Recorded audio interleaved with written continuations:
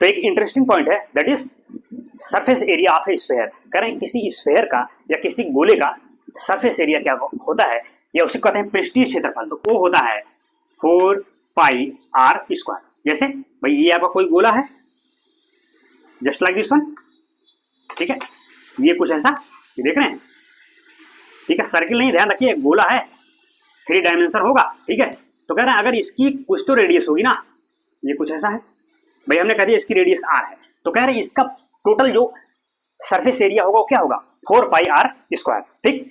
और ठीक है, ये तो रहा पूरा एक टोटल मतलब स्फेयर है। तब अगर यही स्फेयर को हम हेमी स्फेयर कर दें, हेमी स्फेयर का मतलब क्या, अर्धगोला, यानी अगर इसी को हम बीच से ऐसे काट दें, तो काट देंगे तो क्या सरफेस बनेगा आप बताओ, कुछ ऐसा बनेगा ना,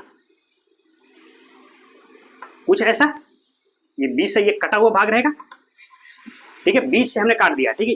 तो कहने का मतलब ये क्या बन गया, हेमी स्फेयर, या किसी को कहें अर्धगोला। देख रहे हैं, ये देखो, ये तो अब नीचे वाला बेस एरिया हो गया, कह रहे रेडियस तो रहेगा ही। तो कह रहे हैं अब इस हेमी स्फेयर का एरिया क्या हो जाएगा, आप बताइए।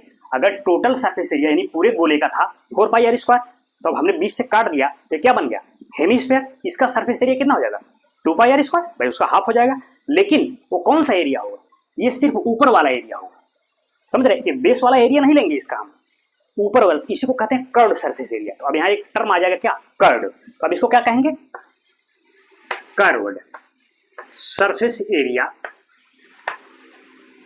Area of hemisphere, hemisphere, यानी हेमी स्फेयर का जो कर्व्ड सरफेस एरिया हो जाएगा वो क्या हो जाएगा, बस उसी का हाफ 2 पाई आर स्क्वायर। ध्यान रखिए ये ऊपर वाला एरिया, ठीक।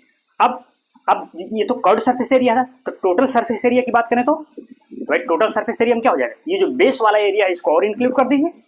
तो बेस क्या है भाई, जब बीच से काटे रहेंगे उसको तो बेस क्या बनेगा एज ए सर्किल, तो सर्किल का एरिया और इंक्लूड कर दें। तो कहने का मतलब जो टोटल एरिया की बात अगर हम करें, टोटल, ठीक है, टोटल सरफेस एरिया क्या हो जाएगा, कर्व्ड सरफेस एरिया और प्लस बेस वाला यानी पाई आर स्क्वायर।